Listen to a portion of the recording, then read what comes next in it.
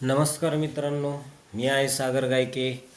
आज मी या व्हिडिओमध्ये तुम्हाला लिव्हिंग ऑर्गॅनिझम कसे कॅटेगराईज केलेले आहेत, त्यांचं कसं क्लासिफिकेशन केलेलं आहे ते या व्हिडिओमध्ये आपण बघणार आहोत. व्हिडिओ सुरू करण्याच्या पूर्वी मी हे सांगेल की या चॅनलला सबस्क्राईब करा, जेणेकरून काय होईल माहिती का, तुम्हाला माझे जे इम्पॉर्टंट व्हिडिओज आहेत ते दिसतील. सबस्क्राईब केल्यानंतर तुम्हाला काय होईल, मी जेव्हाही नवीन व्हिडिओ टाकेल ना, तो व्हिडिओ तुम्हाला दिसायला लागेल. दुसरी गोष्ट ही की तुम्ही माझ्या चॅनलमध्ये जाऊन लिस्ट बघू शकता. प्लेलिस्ट असतात, मग सायन्सची असेल, ठीक आहे, कम्प्युटरची असेल, स्पोकन इंग्लिशची आहेत, तर विविध प्रकारच्या प्लेलिस्ट त्या ठिकाणी मी बनवलेले आहेत. तर त्याही तुम्ही बघू शकता आणि तुमचं जे नॉलेज आहे ते फ्रीमध्ये वाढवू शकता, ठीक आहे.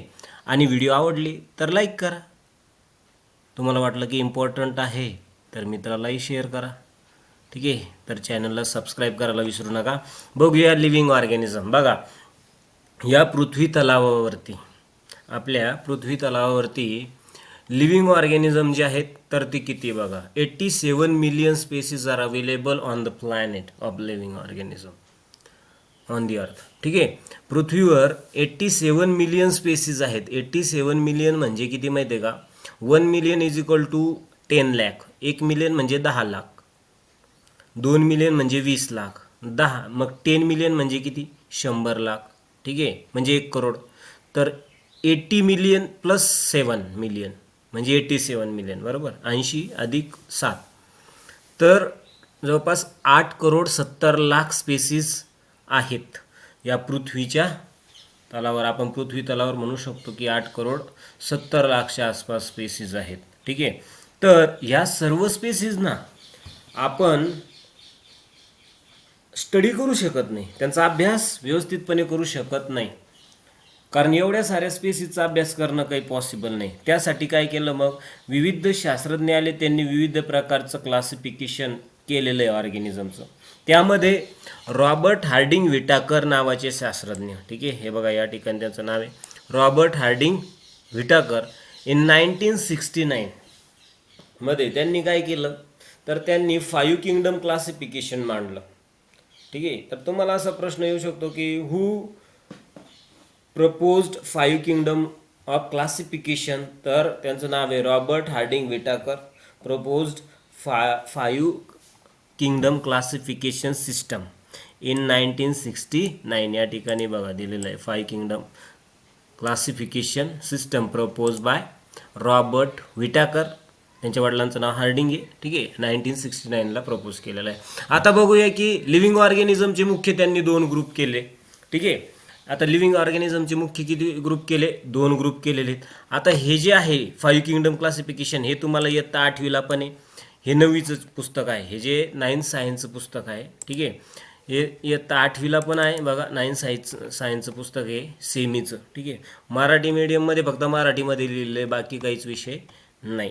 तर मराठी मीडियममधले जे विद्यार्थी असतात ते सुद्धा या व्हिडिओना बघू शकतात, त्यांचंही नॉलेज वाढणार आहे, त्यांनाही त्याचा फायदा निश्चितपणे होणार आहे. त्यामुळे हा तर इंग्लिश मीडियमचा व्हिडिओ आहे, तर असं काही नाही. त्याचप्रमाणे तुम्हाला जर कधी इंग्लिश टू इंग्लिश पाहिजे असेल तर तो व्हिडिओसुद्धा मी टाकलेला आहे इंग्लिश टू इंग्लिश मीडियमचा, म्हणजे संपूर्ण इंग्लिशमधून एक्सप्लेनेशन त्या ठिकाणी मी केलेलं आहे. तो व्हिडिओ तुम्ही जाऊन बघू शकता. बघा, लिव्हिंग ऑर्गॅनिझमला 2 मुख्य गटामध्ये, मुख्य 2 ग्रुपमध्ये काय केलेलं आहे, क्लासिफाईड केलेलं आहे. एक आहे प्रोकॅरियोटिक आणि दुसरा आहे युकॅरियोटिक. आता प्रश्न असा पडतो की प्रोकॅरियोटिक म्हणजे काय आणि युकॅरियोटिक म्हणजे नेमकं काय? बघा, प्रोकॅरियोटिक जर कधी तुम्ही इव्होल्युशन बघितलं, इतिहास जर कधी बघितला, तर सर्व सजीव जे आहेत, सजीवांची उत्पत्ती कुठून झाली, तर समुद्रामध्ये झाली. समुद्रामध्ये सर्वात पहिले कोण आलं, तर इलिमेंट होते, काही बेसिक इलिमेंट होते, ते एकत्र येऊन त्यांनी काय केलं, प्रोटोप्लाझमची निर्मिती केली. प्रोटोप्लाझम म्हणजे काय बरं? Cytoplasm plus nucleus plus cell organelle, ठीक आहे, हे आलं, लिव्हिंग मॅटर होतं. त्यानंतर त्याचं रूपांतरण सिंगल सेलमध्ये झालं. सिंगल सेल ही सिम्पल टाईपची होती. त्या सेलमध्ये त्या ठिकाणच्या ज्या सेल होतात, ठीक आहे, तर त्या सेलमध्ये काय होतं, अतिशय साधी काय म्हणू आपण त्याला, अतिशय साध्या प्रकारची काय होती सेल होती. अशी सेल होती, सेल तुम्हाला माहिती आहे, ठीक आहे, सेल असते. तर त्यामध्ये क्रोमोझोम जे आहेत, जे क्रोमोझोम आहेत ना, ते सर्वत्र सेलमध्ये पसरलेले होते, कुणीकडचे कुणीकडे पसरलेले होते क्रोमोझोम, ठीक आहे. म्हणजे ते वेल ऑर्गनाइज नव्हतं. त्याचप्रमाणे त्या सेलचे जे ऑर्गेनल आहे, जसं की मायटोकॉन्ड्रिया असेल, ठीक आहे, mitochondria, Golgi body, endoplasmic reticulum असेल, ठीक आहे. तर हे जे सेलचे ऑर्गेनल होते, तर ते सेलचे ऑर्गेनलसुद्धा कसे होते, इतरत्र पसरलेले, कुठेही अस्तव्यस्त होते. म्हणजे या सेलमध्ये थोडक्यात प्रोकॅरियोटिक हे जे ऑर्गॅनिझम आहे, यांची जी सेल आहे, नीट लक्षात घ्या मी काय सांगतोय. आपण लिव्हिंग ऑर्गॅनिझम स्टडी करतोय. लिव्हिंग ऑर्गॅनिझमचे मुख्य दोन ग्रुप केलेले, एक प्रोकॅरियोटिक आणि दुसरं काय युकॅरियोटिक, ठीक आहे. प्रोकॅरियोटिक आता सेलच्या नुसार ग्रुप केलेले आहे. प्रोकॅरियोटिक म्हणजे काय, असे प्राणी जे कसे आहेत, पहिले तर सिंगल सेल, कसे युनिसेल्युलर आहे, काय युनिसेल्युलर आहे. युनि म्हणजे काय, सिंगल, युनि म्हणजे काय सिंगल, आणि सेल्युलर म्हणजे काय सेल. म्हणजे सिंगल सेल असणारे जे प्राणी आहेत ते प्रोकॅरियोटिक आहेत. म्हणजे प्रोकॅरियोटिक या गटामध्ये येणारे सर्वच्या सर्व ऑर्गॅनिझम हे सिंगल सेल आहेत. हे तुम्ही लक्षात घ्यायचं आहे. काय लक्षात घ्यायचं आहे की प्रोकॅरियोटिक गटामध्ये येणारे सर्वच्या सर्व ऑर्गॅनिझम काय आहेत, तर सिंगल सेल ऑर्गॅनिझम आहे, ठीक आहे. सिंगल सेल म्हणजे एकपेशीय प्राणी आहेत. मराठीमध्ये जर का सांगायचं झालं तर काय, एकपेशीय प्राणी आहेत, ठीक आहे. यांच्यामध्ये एकच किंगडम आहे, मोनेरा, ठीक आहे. यांच्यामध्ये काय एकच किंगडम आहे, तो म्हणजे मोनेरा. आता हे किंगडम काय असतं बघा, जसं की पृथ्वीवरती असंख्य प्रकारचे ॲनिमल आहेत, ठीक आहे. तर त्या ग्रुपला आपण म्हणणार ॲनिमलिया. हा एक ग्रुप आहे. किंगडम काय, हा एक ग्रुप आहे. तर आता ॲनिमली आहे, ॲनिमल मग असंख्य प्रकारचे, एकाच प्रकारचा ॲनिमल आहे का, नाही, ठीक आहे. मग त्याच्यामध्ये पुन्हा दोन प्रकार पडतात, व्हर्टिब्रेट, इनव्हर्टिब्रेट, म्हणजे पाठीचा काना असणारे प्राणी, पाठीचा काना नसणारे प्राणी, ठीक आहे. तर असा ग्रुप केलेले असतात. म्हणजे किंगडम आहे, सब किंगडम आहे, फायलम आहे, फायलम आहे, ठीक आहे. स्पेसीज असतात, जिनस असतात, खूप साऱ्या गोष्टी यामध्ये असतात, ठीक आहे. तर पहिली स्टेप आहे, पहिला ग्रुप आहे मोनेरा, ठीक आहे. आपण याच्यामध्ये डीपमध्ये जाणार नाही. आपण फक्त एवढं लक्षात घ्यायचं की प्रोकॅरियोटिक सेलमध्ये कोणता ग्रुप येतो, कोणता किंगडम येतो, तर तो मोनेरा नावाचा किंगडम येतो, ठीक आहे. हे मायक्रो ऑर्गॅनिझम आहे. हे काय, मोनेरा किंगडममध्ये असणारे सर्वच्या सर्व ऑर्गॅनिझम कसे मायक्रो ऑर्गॅनिझम आहे. म्हणजे आपण त्यांना डोळ्यांनी बघू शकत नाही, त्यांना बघण्यासाठी आपल्याला मायक्रोस्कोपची आवश्यकता असते. आणि हे कसे आहेत, सिम्पल टाईपचे ऑर्गॅनिझम आहेत. म्हणजेच ही जी सेल आहे ही कशी आहे, प्रिमिटिव्ह टाईपची सेल आहे. प्रोकॅरियोटिक सेल कशा आहेत, प्रिमिटिव्ह टाईपच्या सेल आहे, सिम्पल टाईपच्या सेल आहे. तर तुम्ही असं म्हणू शकता की प्रोकॅरियोटिक सेल हे काय, प्रिमिटिव्ह टाईपच्या काय आहेत, सेल आहेत. त्याचप्रमाणे त्या सिम्पल टाईपच्या सेल आहेत, त्यांच्याकडे न्यूक्लियस नसतं, त्यांच्या सेलमध्ये न्यूक्लियस नसतं, ठीक आहे. किंवा तुम्ही असं म्हणू शकता प्रोकॅरियोटिक सेलमध्ये न्यूक्लिअर मेम्ब्रेन नसते, त्यांचं DNA हे न्यूक्लियसमध्ये इन्क्लोज नसतं, किंवा त्यांचं DNA न्यूक्लियसमध्ये नसतं. तर कळालं प्रोकॅरियोटिक सेल म्हणजे काय. थोडक्यामध्ये काय लक्षात ठेवणार, प्रोकॅरियोटिक सेल ह्या अशा सेल असतात ज्यांच्यामध्ये न्यूक्लियस नसतं. त्या सिम्पल टाईपच्या सेल आहेत, प्रिमिटिव्ह टाईपच्या सेल आहेत. प्रिमिटिव्ह म्हणजे प्राचीन काळच्या, ठीक आहे. सर्वात पहिले ह्या विश्वामध्ये प्रोकॅरियोटिक सेलच आले, प्रोकॅरियोट्स आले, नंतर युकॅरियोट्स आले, ठीक आहे. प्रोकॅरियोटिकमध्ये इव्होल्युशन झालं आणि युकॅरियोटिक तयार झालेले, ठीक आहे. आता प्रोकॅरियोटिक आय होप तुम्हाला समजलं असेल. आता बघूया युकॅरियोटिक. मग आता जसं प्रोकॅरियोटिकमध्ये एक सेल असते, सिंगल सेल असतात, हे सर्व सिंगल सेल असतात, प्रिमिटिव्ह टाईपचे असतात, आणि सिम्पल टाईपची सेल असते, या सेलमध्ये न्यूक्लियस नसतं. युकॅरियोटिकमध्ये कसं आहे बघा, युकॅरियोटिकमध्ये मुख्य दोन ग्रुप आहेत, ठीक आहे. परंतु पहिले युकॅरियोटिक म्हणजे काय समजून घेऊ, याच्या उलट, ठीक आहे. म्हणजे युकॅरियोटिकमध्ये काय असतं, सेल तर असते, ठीक आहे, परंतु त्या ठिकाणी जे ऑर्गॅनिझम येतात, युकॅरियोटिक सेलमधले जे ऑर्गॅनिझम आहे हे युनिसेल्युलर पण असतात, मल्टीसेल्युलर पण असतात. परंतु तुम्ही युनिसेल्युलर ऑर्गॅनिझमची सेल बघा किंवा मल्टीसेल्युलर ऑर्गॅनिझमची सेल बघा, कोणाचीही सेल बघा ती कशी सापडेल तुम्हाला, वेल डेव्हलप सापडेल म्हणजे त्या सेलमध्ये काय असणार आहे, न्यूक्लिअर मेम्ब्रेन असणार आहे. काय असणार आहे, न्यूक्लिअर मेम्ब्रेन असणार आहे. त्याचप्रमाणे त्या सेलच्या न्यूक्लिअर मेम्ब्रेनमध्ये म्हणजे न्यूक्लियसमध्ये क्रोमोझोम असणार आहेत, हे लक्षात घ्यायचं आहे. ठीक आहे. युकॅरियोटिक सेलमध्ये क्रोमोझोम किंवा DNA हे कुठं असतं, न्यूक्लियसच्या आतमध्ये असतं, हे लक्षात घ्या. काय म्हणतोय मी, युकॅरियोटिक सेलमध्ये DNA हे न्यूक्लियसच्या आतमध्ये असतं. ते ह्या न्यूक्लिअर मेम्ब्रेनच्या बाहेर जाऊ शकत नाही किंवा न्यूक्लियसच्या बाहेर जाऊ शकत नाही. ते वेल ऑर्गनाइज असतं. या ठिकाणचे सेल्युलर ऑर्गेनल जे आहे, सेल ऑर्गेनल जे आहेत ते सुद्धा कसे असतात, वेल ऑर्गनाइज असतात. ही कॉम्प्लेक्स टाईपची असते. जसं प्रोकॅरियोटिक सेल ही सिंपल टाईपची आहे, तशी युकॅरियोटिक सेल की कशी आहे, कॉम्प्लेक्स टाईपची आहे.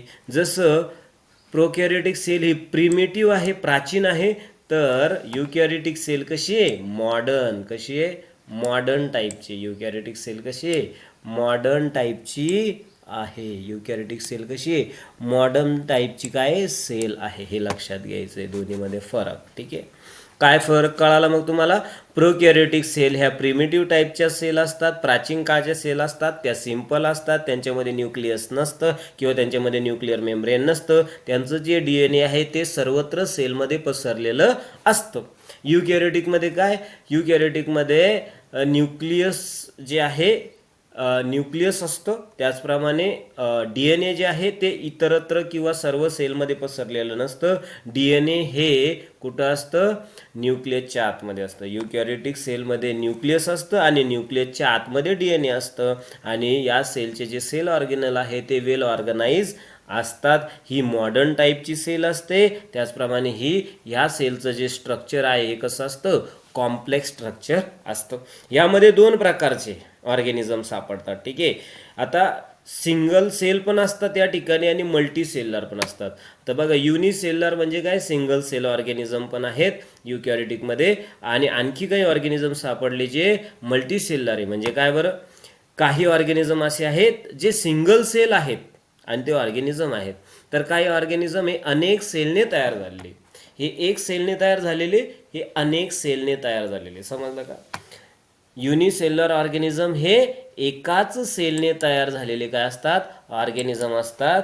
तर मल्टीसेलर ऑर्गॅनिझम हे अनेक सेलने तयार झालेले ऑर्गॅनिझम असतात. जसं की मानव जो आहे किंवा आपण जो आहे, तर आपलं जे शरीर आहे ते अनेक सेलने तयार झालेलं आहे. मल्टी म्हणजे मेनी, मल्टी म्हणजे काय, मेनी. आणि सेल्युलर म्हणजे सेल असलेले, मेनी सेल असलेले म्हणजे अनेक सेल असलेले ऑर्गॅनिझमला आपण काय म्हणतो, मल्टी सेल्युलर ऑर्गॅनिझम असं म्हणत असतो. यामध्ये पुन्हा दोन ग्रुप आपल्याला सापडतात बघा, विथ सेल वॉल आणि विदाऊट सेल वॉल. म्हणजे यामध्ये मल्टी सेलरमध्ये पुन्हा आपल्याला काही ऑर्गॅनिझम सापडले. त्यामध्ये मुख्य दोन प्रकार सापडले. काही जे ऑर्गॅनिझम होते ती जशी सेल आहे, तर त्या सेलच्या बाहेर एक त्यांना काय सापडली, कवरिंग सापडली. काय सापडली, सेलच्या बाहेर कवरिंग सापडली. म्हणजे सेल जशी सेल होती त्याच्यामध्ये न्यूक्लियस होतं, ठीक आहे, हे सर्व तर होतं, परंतु त्या सेलच्या बाहेर काय सापडलं, पुन्हा एक कवरिंग सापडली. त्याला आपण काय म्हणतो, सेल वॉल. ठीक आहे, सेलची भिंत ज्याला आपण म्हणतो. ठीक आहे, तर सेल वॉल सापडली. आणि काही प्राणी हे मल्टीसेलर होते परंतु त्यांना सेल वॉल नव्हती. कळतंय का. युकॅरियोटिक ग्रुपमध्ये काही प्राणी असे आहेत, प्राणी नाही म्हणता येणार, ऑर्गॅनिझम. ठीक आहे, युकॅरियोटिक ग्रुपमध्ये काही लिव्हिंग ऑर्गॅनिझम हे सेल वॉल असणारे होते, तर काही लिव्हिंग ऑर्गॅनिझम हे सेल वॉल नसणारे होते. ज्यांना सेल वॉल नव्हती ते ॲनिमलिया किंगडममध्ये टाकले गेले. ठीक आहे, ज्या ऑर्गॅनिझमला सेल वॉल नव्हती म्हणजे ते कसे असेल, प्रोटिस्टासारखे परंतु अनेक सेलने बनलेले असतील, अशा ऑर्गॅनिझमला कुठं टाकलं, ॲनिमलिया किंगडममध्ये. ॲनिमलिया किंगडममध्ये त्यांना टाकलं. मग ॲनिमलिया किंगडममध्ये काय आहे, तर सेल आहे, न्यूक्लियस आहे. सेल आहे, सेलमध्ये न्यूक्लियस आहे परंतु सेल वॉल नाही आहे. ठीक आहे. दुसरं आहे बघा सेल वॉल. विथ सेल वॉलमध्ये पुन्हा दोन ग्रुप आहे बघा. एक आहे प्लांटी, एक आहे फंगी, ज्यांना आपण ऑटोट्रॉप्स आणि हेट्रोट्रॉप्स असं सुद्धा म्हणतो. ऑटोट्रॉप्स म्हणजे काय, तर प्लांटी हे ऑटोट्रॉप्स आहेत. ऑटोट्रॉप्स म्हणजे काय, जे स्वतःचं अन्न स्वतः तयार करू शकतात. अशा प्राण्यांना किंवा अशा ऑर्गॅनिझमला, प्राणी नाही म्हणता येणार, अशा ऑर्गॅनिझमला आपण काय म्हणतो, ऑटोट्रॉप्स असं म्हणतो, जे स्वतःचं अन्न स्वतः तयार करू शकतात. का करतात, तर त्यांच्यामध्ये क्लोरोफिल पिगमेंट असतं. क्लोरोफिल नावाचा घटक असतो, जो ज्याला आपण हरितद्रव्य असं म्हणतो, हिरव्या रंगाचा असतो. तो काय करतो, तर फोटोसिंथेसिस प्रोसेस करत असतो. त्यामुळे झाडं जी आहेत, प्लांटी म्हणजे काय, प्लांटीमध्ये सर्व प्रकारचे काय येतात, झाडं येतात. आणि झाडं जी आहेत ते स्वतःचं अन्न स्वतः तयार करत असतात, म्हणून त्यांना ऑटोट्रॉप्स म्हणतात. ठीक आहे. मग झाडांचं विशेष काय आहे बरं. आता विथ सेल वॉलमध्ये काय आणि विदाऊट सेल वॉलमध्ये काय बघा. हे ऑटोट्रॉप्स असतात. विथ सेल वॉलमध्ये ऑटोट्रॉप्स आणि हेट्रोट्रॉप्स दोन प्रकार आहेत. म्हणजे प्लांटी किंगडम जो आहे त्याच्यामध्ये सेल तर आहे, न्यूक्लियस पण आहे आणि सेल वॉल सुद्धा आहे. त्याचप्रमाणे या सेलमध्ये काय आहे, क्लोरोफिल आहे. प्लांटी या किंगडममध्ये काय आहे, क्लोरोफिल नावाचा घटक असतो. सेल वॉल असते, न्यूक्लियस असतं. हेट्रोट्रॉप्समध्ये बघा, हेट्रोट्रॉप्स म्हणजे जे स्वतःचं अन्न स्वतः तयार करू शकत नाही, हे परपोषी असतात, दुसऱ्यांवर अवलंबून असतात. जसं की फंगी. आता या फंगीला काय काय बघा, फंगीला सेल आहे. फंगीला काय आहे, सेल आहे. सेलमध्ये न्यूक्लियस सुद्धा आहे. फंगी ही सेल आहे. फंगीमध्ये न्यूक्लियस आहे. त्याचप्रमाणे फंगीला काय आहे, सेल वॉल सुद्धा आहे. आता या तिघांमधला जर कधी फरक म्हटलं तर बघा, ॲनिमलियामध्ये, ॲनिमलिया म्हणजे सर्व प्रकारचे ॲनिमल, ॲनिमलची सेल कशी असते, मॉडर्न टाईपची सेल आहे. ॲनिमलच्या सेलमध्ये न्यूक्लियस आहे, न्यूक्लियसमध्ये DNA आहे. ठीक आहे. इथं काय आहे, ॲनिमल सारखी सेल तर आहे, पण तिला अजून काय आहे, एक कवरिंग आहे. काय आहे, एक कवरिंग आहे. कशाची कवरिंग आहे, सेल वॉलची कवरिंग आहे. फंगीमध्ये काय, सेल वॉलची कवरिंग असते. तर इथं काय ॲड झालेलं आहे, एक सेल वॉल तर आहे, परंतु क्लोरोफिल नावाचा घटक सुद्धा या ठिकाणी आहे. ठीक आहे. ठीक आहे, कळालं. आय होप तुम्हाला कळालं असेल. पुन्हा सांगतो, ॲनिमलिया किंगडममध्ये सेल असते, सेलमध्ये न्यूक्लियस असतं आणि न्यूक्लियसमध्ये काय असतं, DNA मटेरियल असतं. ॲनिमलिया किंगडमची जी सेल आहे ती मॉडर्न टाईपची सेल आहे, कॉम्प्लेक्स टाईपची सेल आहे. त्यानंतर फंगीची जी सेल आहे तिच्यामध्ये न्यूक्लियस आहे, न्यूक्लियसमध्ये कोण आहे, DNA आहे. ठीक आहे. त्याचप्रमाणे फंगीमध्ये सेल मेम्ब्रेन तर आहे, सेल मेम्ब्रेनच्या बाहेर सेल वॉल सुद्धा असते. सेल मेम्ब्रेन म्हणजे सेल मेम्ब्रेन. ठीक आहे. सेल मेम्ब्रेनच्या बाहेर काय असते, सेल वॉल सुद्धा असते. प्लांटी किंगडममध्ये सेल आहे, मॉडर्न टाईपची सेल आहे. प्लांटी किंगडममध्ये काय, सेल तर आहे पण मॉडर्न टाईपची आहे. त्याचप्रमाणे प्लांटी किंगडममध्ये न्यूक्लियस सुद्धा आहे, न्यूक्लियसमध्ये DNA आहे. त्यानंतर सेलमध्ये सेल वॉल सुद्धा आहे, सेलच्या बाहेरून सेल वॉल सुद्धा आहे. त्याचप्रमाणे या प्लांटी किंगडममध्ये काय आहे, तर ह्या किंगडममध्ये काय आहे, क्लोरोफिल नावाचा घटक आहे. हे मुख्य गोष्ट आहे. कळालं. त्याचप्रमाणे हे पण लक्षात घ्या की प्रोकॅरियोटिक सेल जे असतात यामध्ये मोनेरा किंगडममध्ये काही ऑर्गॅनिझम जे आहेत तर ते ऑटोट्रॉपिक असतात, तर काही ऑर्गॅनिझम हे हेट्रोट्रॉपिक असतात. म्हणजे यामध्ये मोनेरा किंगडममध्ये दोन प्रकारे, ऑटोट्रॉप आणि हेट्रोट्रॉप. ठीक आहे. काही ऑर्गॅनिझम हे स्वतः काय करू शकतात, तर फोटोसिंथेसिस करू शकतात. ठीक आहे. काही मायक्रो ऑर्गॅनिझम स्वतः फोटोसिंथेसिस करू शकतात मोनेरा किंगडममधले. ठीक आहे. तर काही नाही करू शकत. असे दोन ग्रुप आहेत, ते पुढं आहे. पण एक लक्षात ठेवा की मोनेरा किंगडममध्ये फोटोसिंथेसिस प्रोसेस होत असते, परंतु प्रत्येक ऑर्गॅनिझममध्ये होत नाही. हे लक्षात ठेवा. म्हणजे मोनेरा किंगडममध्ये ऑटोट्रॉप पण आहे, हेट्रोट्रॉप सुद्धा आहेत. हेही लक्षात ठेवायचं आहे. आय होप तुम्हाला कळलं असेल. पाहिजे तर अजून एकदा पुन्हा रिव्हिजन सांगतो. लिव्हिंग ऑर्गॅनिझम आहे, त्याचे मुख्य 2 ग्रुप केले, प्रोकॅरियोटिक, युकॅरियोटिक. प्रोकॅरियोटिक ही जी सेल आहे ही सिंगल सेल असते, युनिसेलर ऑर्गॅनिझम असतात. प्रोकॅरियोटिक ग्रुपमधले सर्व ऑर्गॅनिझम हे सिंगल सेल ऑर्गॅनिझम आहे, म्हणजे एकाच सेलने तयार झालेले असतात. ते डोळ्यांनी दिसत नाही, अतिशय लहान असतात, त्यामुळे आपल्याला त्यांना मायक्रोस्कोपमध्ये बघावं लागतं. त्यांची जर कधी सेल आपण बघितली तर त्या सेलमध्ये न्यूक्लियस नसतं आणि DNA जे आहे संपूर्ण सेलमध्ये स्प्रेड झालेलं असतं, पसरलेलं असतं. म्हणून या सेलला आपण प्रिमिटिव्ह टाईपची सेल किंवा सिम्पल टाईपची सेल असं म्हणतो. युकॅरियोटिक सेल जे असतात त्यामध्ये न्यूक्लियस असतं आणि न्यूक्लियसमध्ये DNA असतं, संपूर्ण सेलमध्ये ते स्प्रेड झालेलं नसतं. त्याचप्रमाणे या सेलला मॉडर्न टाईपची सेल किंवा कॉम्प्लेक्स टाईपची सेल असं म्हणतात. युकॅरियोटिकचे 2 मुख्य ग्रुप पडतात, युनिसेलर आणि मल्टीसेलर. युनिसेलरमध्ये प्रोटिस्टा किंगडम येतं, मल्टीसेलरमध्ये प्लांटी किंगडम, फंगी आणि ॲनिमलिया हे 3 किंगडम येत असतात. मल्टीसेलरचे 2 ग्रुप आहेत, with cell wall, without cell wall. With cell wall आणि without cell wall. Without cell wall म्हणजे या ठिकाणी सेल असते, सेलमध्ये न्यूक्लियस असतं, न्यूक्लियसमध्ये काय असतं, DNA असतं किंवा क्रोमोझोम असतात. या ठिकाणी सेल असते, फंगीमध्ये काय असते, सेल असते, सेलमध्ये न्यूक्लियस असतं आणि न्यूक्लियसमध्ये DNA असतात किंवा क्रोमोझोम असतात. परंतु या सेलच्या बाहेर एक कव्हरिंग असते, तिला सेल वॉल असं म्हणतात. ठीक आहे. त्याचप्रमाणे प्लांटीमध्ये सेल असते, सेलमध्ये न्यूक्लियस असतं, न्यूक्लियसमध्ये काय असतं, DNA असतं किंवा क्रोमोझोम्स असतात. त्याचप्रमाणे या सेलला सुद्धा काय असतं, फंगीसारखंच या सेलला सुद्धा काय असतं, सेल वॉल असते. परंतु या सेलमध्ये आणखी एक घटक असतो ज्याचं नाव आहे क्लोरोफिल नावाचा पिगमेंट या ठिकाणी असतो. त्यामुळे ह्या ज्या सेल आहेत स्वतःचं अन्न स्वतः तयार करू शकतात. या ठिकाणी फंगी आणि ॲनिमलिया किंगडममधले जे ऑर्गॅनिझम आहेत ते हेट्रोट्रॉप्स असतात, ते स्वतःचं अन्न स्वतः तयार करू शकत नाही. ॲनिमलसुद्धा स्वतःचं अन्न तयार करू शकत नाही, फंगीसुद्धा स्वतःचं अन्न तयार करू शकत नाही. प्लांटी जे आहेत तेच फक्त, म्हणजे प्लांट जे आहेत तेच फक्त काय करू शकतात, स्वतःचं अन्न स्वतः तयार करू शकतात.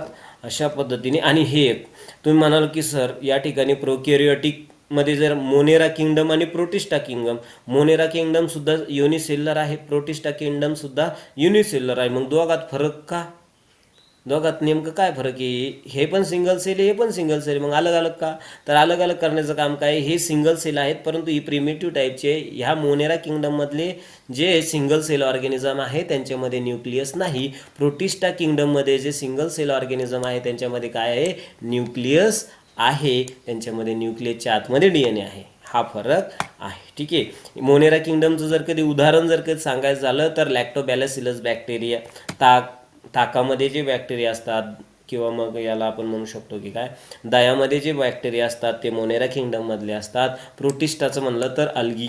ठीक आहे. अल्गा जो आहे म्हणजे शेवाळ, तर शेवाळ जे आहे तर ते प्रोटिस्टा किंगडममध्ये येत असतं.